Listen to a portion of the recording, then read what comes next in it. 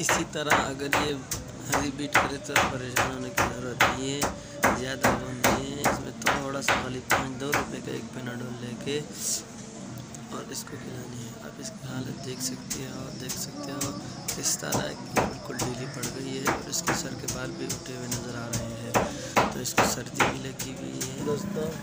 अभी इसका इलाज करते हैं और इसको पेनाडोल दे के उसके बाद मैं आपको इसके साथ शो कराऊंगा कि ये कैसी ठीक होगी कि नहीं।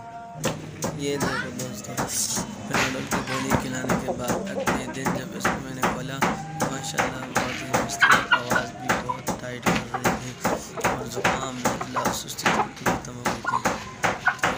देख के बिल्कुल फिट हो गई और कैसे कर रही है माशाल्लाह। पोटा भी अच्छा खासा इसने भरा हुआ है और रात को जब मैंने उसको बंद किया तो कल के दिन में उसका पोटा भी सही नहीं था, खा पी भी नहीं रही थी। जो खाया तो वही इसमें पेट में पड़ा उतनी निकाल भी नहीं रही थी और अब माशाल्लाह खा भी रही है अच्छा खासी और पोटा भी अच्छा खासा बन गया और बीट भी बिल्कुल सही कर रही है।